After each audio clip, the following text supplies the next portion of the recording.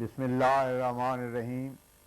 ملفوظات حضرت مسیح موعود۔ علاج کی 4 صورتیں تو عام ہیں، دوا سے، غذا سے، عمل سے، پرہیز سے علاج کیا جاتا ہے۔ ایک 5ویں قسم بھی جس سے سلب امراض ہوتا ہے وہ توجہ ہے۔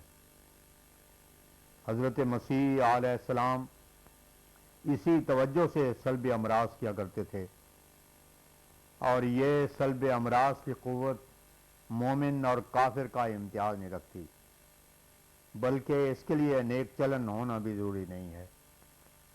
نبی اور عام لوگوں کی توجہ میں اتنا فرق ہوتا ہے کہ نبی کی توجہ کسبی نہیں ہوتی، وہابی ہوتی ہے۔ آج کل ڈوئی جو بڑے بڑے دعوے کرتا ہے، یہ بھی وہی سلب امراض ہے۔ توجہ ایک ایسی چیز ہے کہ اس سے سلب ذنوب بھی ہو جاتا ہے۔ ہمارے نبی صلی اللہ علیہ وسلم کی توجہ اور مسیح علیہ السلام کی توجہ میں یہ فرق ہے کہ مسیح کی توجہ سے تو سلب امراض ہوتا تھا، مگر ہمارے نبی صلی اللہ علیہ وسلم کی توجہ سے سلب ذنوب ہوتا تھا، اور اس وجہ سے آپ کی قوت قدسی کمال کے درجے پر پہنچی ہوئی تھی۔ دعا بھی توجہ ہی کی ایک قسم ہوتی ہے۔ توجہ کا سلسلہ کڑیوں کی طرح ہوتا ہے۔ جو لوگ حکیم اور ڈاکٹر ہوتے ہیں ان کو اس فن میں مہارت پیدا کرنی چاہیے۔ مسیح کی توجہ چونکہ زیادہ تر سلب امراض کی طرف تھی، اس لیے سلب ذنوب میں وہ کامیاب نہ ہونے کی وجہ یہی تھی کہ جو جماعت انہوں نے تیار کی وہ اپنی صفائی نفس اور تزکیہ باطن میں ان مدارج کو پہنچ نہ سکی جو جلیل الشان صحابہ کو ملی، اور یہاں تک رسول اللہ صلی اللہ علیہ وسلم کی قوت قدسی بات کرتی کہ آج اس زمانے میں بھی 1300 برس کے بعد سلب ذنوب کی وہی قوت اور تاثیر رکھتی ہے جو اس وقت میں رکھتی تھی۔ مسیح اس میدان میں رسول اللہ صلی اللہ علیہ وسلم کا ہرگز مقابلہ نہیں کر سکتا۔ اللہ تعالیٰ نے وحی اور الہام کا مادہ ہر شخص میں رکھ دیا ہے، کیونکہ اگر یہ مادہ نہ رکھا ہوتا تو پھر حجت پوری نہ ہو سکتی۔ اس لیے جو نبی آتا ہے اس کی نبوت اور وحی و الہام کے سمجھنے کے لیے اللہ تعالیٰ نے ہر شخص کی فطرت میں ایک ودیعت رکھی ہوئی ہے، اور وہ ودیعت خواب ہے۔ اگر کسی کو کوئی خواب سچی کبھی نہ آئی ہو تو وہ کیوں کر مان سکتا ہے کہ الہام اور وحی بھی کوئی چیز ہے؟ اور چونکہ خدا تعالیٰ کی یہ صفت ہے کہ لا یکلف اللہ نفسا الا وسعہا، البقرہ آیت 287، اس لیے یہ مادہ اس نے سب میں رکھ دیا ہے۔ میرا یہ مذہب ہے کہ ایک بدکار اور فاسق فاجر کو بھی بعض وقت سچی رویا آ جاتی ہے اور کبھی کبھی الہام بھی ہو جاتا ہے، گو وہ شخص اس کیفیت سے کوئی فائدہ اٹھاوے یا نہ اٹھاوے۔ جبکہ کافر اور مومن دونوں کو سچی رویا آ جاتی ہے، تو پھر سوال یہ ہے کہ ان دونوں میں فرق کیا ہے؟ عظیم الشان فرق تو یہ ہے کہ کافر کی رویا بہت ہی کم سچی نکلتی ہے اور مومن کی کثرت سے سچی نکلتی ہے۔ گویا پہلا فرق کثرت اور قلت کا ہے۔ دوسرے مومن کے لیے بشارت کا حصہ زیادہ ہے جو کافر کی رویا میں نہیں ہوتا۔ سوم مومن کی رویا مصفہ اور روشن ہوتی ہے، بحالے کہ کافر کی رویا مصفہ نہیں ہوتی۔ چہارم مومن کی رویا اعلیٰ درجے کی ہوتی ہے۔ فرمایا یہ امر بہت ضروری ہے کہ ہماری جماعت کے واعظ تیار ہوں، لیکن اگر دوسرے واعظوں اور ان میں کوئی امتیاز نہ ہو تو فضول ہے۔ یہ واعظ اس قسم کے ہونے چاہیے جو پہلے اپنی اصلاح کریں اور اپنے چلن میں ایک پاک تبدیلی کر کے دکھائیں، تاکہ ان کے نیک نمونوں کا اثر دوسروں پر پڑے۔ ہماری حالت کا عمدہ ہونا یہ سب سے بہترین واعظ ہے۔ جو لوگ صرف واعظ کرتے ہیں مگر خود اس پر عمل نہیں، وہ دوسروں پر کوئی اچھا اثر نہیں ڈال سکتے، بلکہ ان کا واعظ بعض اوقات بات پھیلانے والا ہو جاتا ہے، کیونکہ سننے والے جب دیکھتے ہیں کہ واعظ کہنے والا خود عمل نہیں کرتا تو ان باتوں کو بالکل خیالی سمجھتے ہیں۔ اس لیے سب سے اول جس چیز کی ضرورت واعظ کو ہے وہ اس کی عملی حالت ہے۔ دوسری بات جو ان واعظوں کے لیے ضروری ہے وہ یہ ہے کہ ان کو صحیح علم اور واقفیت ہمارے عقائد اور مسائل کی ہو. جو کچھ ہم دنیا کے سامنے پیش کرتے ہیں اس کو انہوں نے پہلے خود اچھی طرح پر سمجھ لیا ہو اور ناقص اور ادھورا علم نہ رکھتے ہوں یا مخالفوں کے سامنے شرمندہ ہوں. اور جب کسی نے کوئی اعتراض کیا تو گھبرا گئے کہ آپ اس کا کیا جواب دیں. غرض علم صحیح ہونا ضروری ہے. اور تیسری بات یہ ہے کہ ایسی قوت اور شجاعت پیدا ہو کہ حق کے طالبوں کے واسطے ان میں زبان اور دل ہو, یعنی پوری دلیری اور شجاعت کے ساتھ بغیر کسی قسم کے خوف و ہراس کے اظہار حق کے لیے بول سکیں, اور حق گوئی کے لیے ان کے دل پر کسی دولت مند کا تمول یا بہادر کی شجاعت یا حاکم کی حکومت کوئی اثر پیدا نہ کر سکے. یہ تین چیزیں جب حاصل ہو جائیں تب ہماری جماعت کے واعظ مفید ہو سکتے ہیں. یہ شجاعت اور ہمت ایک کشش پیدا کرے گی کہ جس سے دل اس سلسلے کی طرف کھینچے چلے جائیں گے. مگر یہ کشش اور جذب دو چیزوں کو چاہتی ہے جن کے بغیر پیدا نہیں ہو سکتی. اول پورا علم ہو, دوم تقوی ہو. کوئی علم بدون تقوی کے کام نہیں دیتا ہے اور تقوی بدون علم کے نہیں ہو سکتا. سنت اللہ یہی ہے, جب انسان پورا علم حاصل کرتا ہے تو اسے حیا اور شرم بھی دامنگیر ہو جاتی ہے. پس ان تینوں باتوں میں ہمارے واعظ کامل ہونے چاہیے. اور یہ میں اس لیے چاہتا ہوں کہ اکثر ہمارے نام خطوط آتے ہیں, فلاں سوال کا جواب کیا ہے, فلاں اعتراض کرتے ہیں اس کا کیا جواب دیں. اب ان خطوط کے کس قدر جواب لکھے جاویں؟ اگر خود یہ لوگ علم صحیح اور پوری واقفیت حاصل کریں اور ہماری کتابوں کو غور سے پڑھیں تو وہ ان مشکلات میں نہ رہیں. یاد رکھو, ہماری جماعت اس بات کے لیے نہیں ہے جیسے عام دنیا دار زندگی بسر کرتے ہیں, نرا زبان سے کہہ دیا کہ ہم اس سلسلے میں داخل ہیں اور عمل کی ضرورت نہ سمجھی.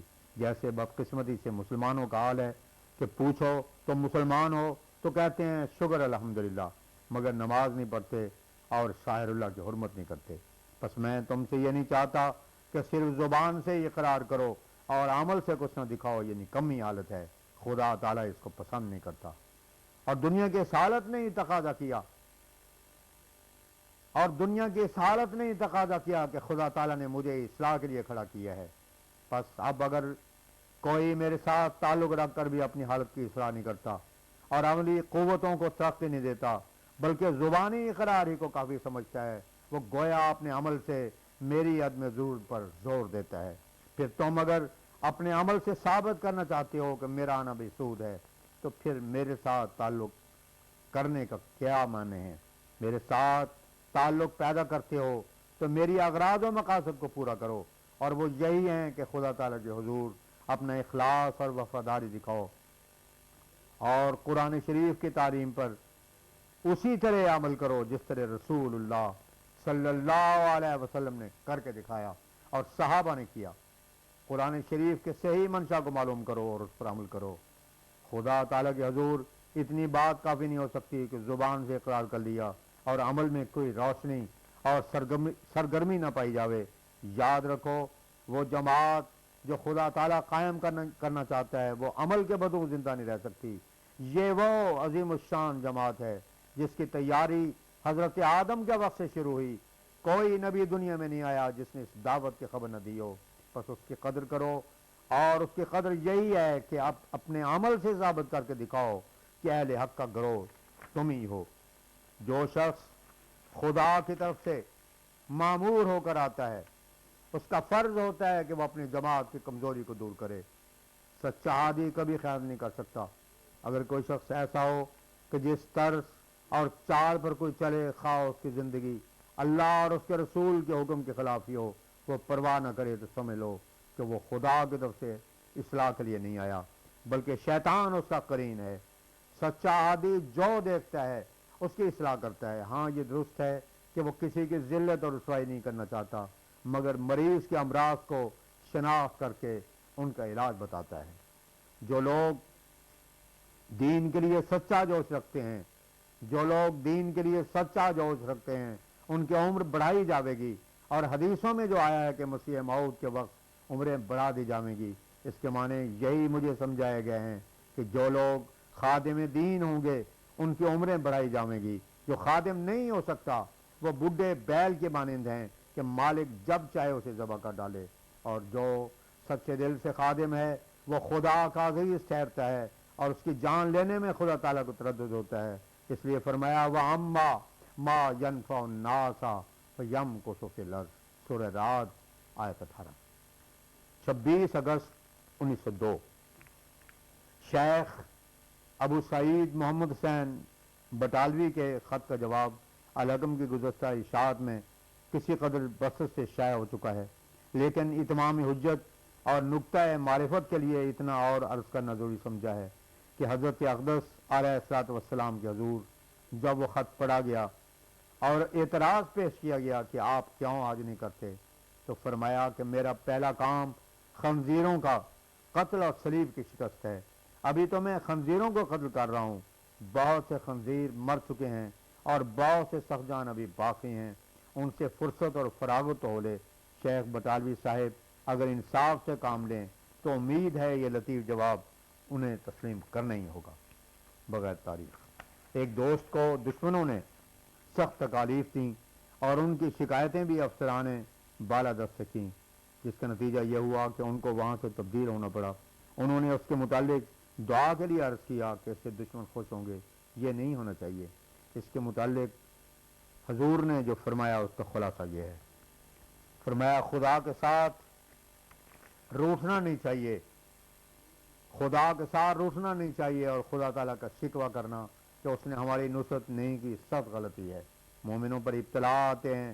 رسول اللہ صلی اللہ علیہ وسلم 13 برس تک کیسی تکلیفیں اٹھاتے رہے۔ طائف میں گئے تو پتھر پڑے، اس وقت جب کہ آپ کے بدن سے خون جاری تھا، آپ نے کیسا صدق اور وفا کا نمونہ دکھایا، اور کیا پاک الفاظ فرمائے کہ یا اللہ میں یہ سب تکلیفیں اس وقت تک اٹھاتا رہوں گا جب تک تو راضی ہو۔ امتحان کا ہونا ضروری ہے۔ نبیوں اور صادقوں پر ابتلا آتے ہیں۔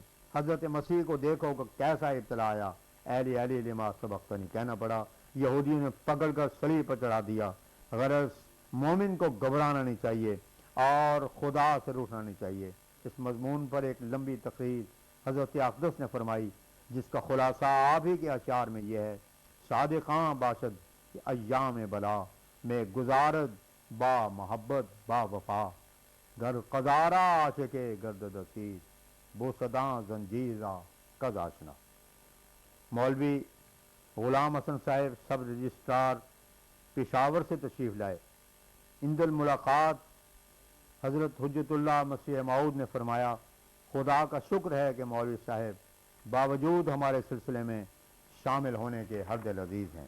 اس پر مولوی عبد الکریم صاحب نے عرض کی کہ حضور تقوی اور عشق حلال ایسی چیزیں ہیں کہ انسان کو معزز بناتی ہیں۔ حضرت حجت اللہ نے فرمایا، حقیقت میں تقوی ہی ایک ایسی چیز ہے کہ جس سے انسان کا اکرام ہوتا ہے۔